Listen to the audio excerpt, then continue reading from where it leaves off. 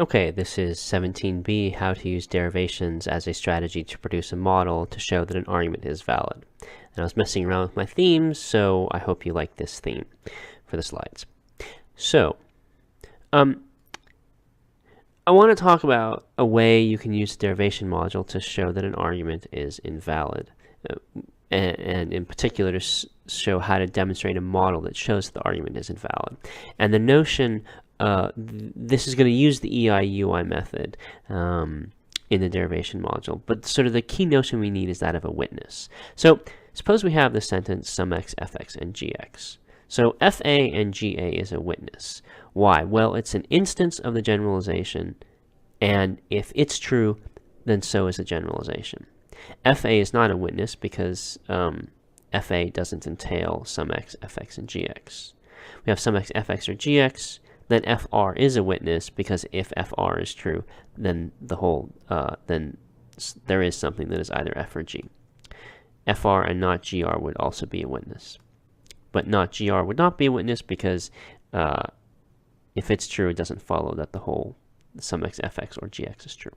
Okay, now, so in general, how are we going to, the notion of a witness, we'll say that one sentence is a witness of another if the circle is a quantified sentence, box is a quantifier-free sentence, and box implies circle. So in those cases, we had, say, sum x, fx, and gx, and we had fa and ga, or whatever.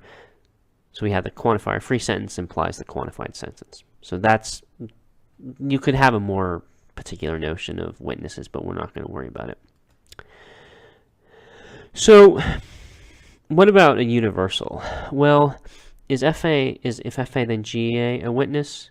No, because it doesn't imply for all x of fx and gx. Just because it's the case that if Albert is a frog and Albert is green, it doesn't imply that everything is such that if it's a frog, then it's green. If they're blue frogs, it may be that if Albert is a frog, Albert is green, and there are also lots of non-green frogs. So then ga does not imply for all x of fx and gx. But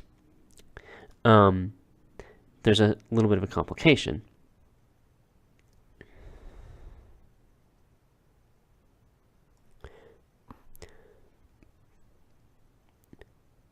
So fa then ga is not a witness of for all x of fx and gx because it doesn't imply for all x of fx and gx. But if a is the only thing, then it's a matter of logic that if fa then ga is true, then for all x of fx then gx is true.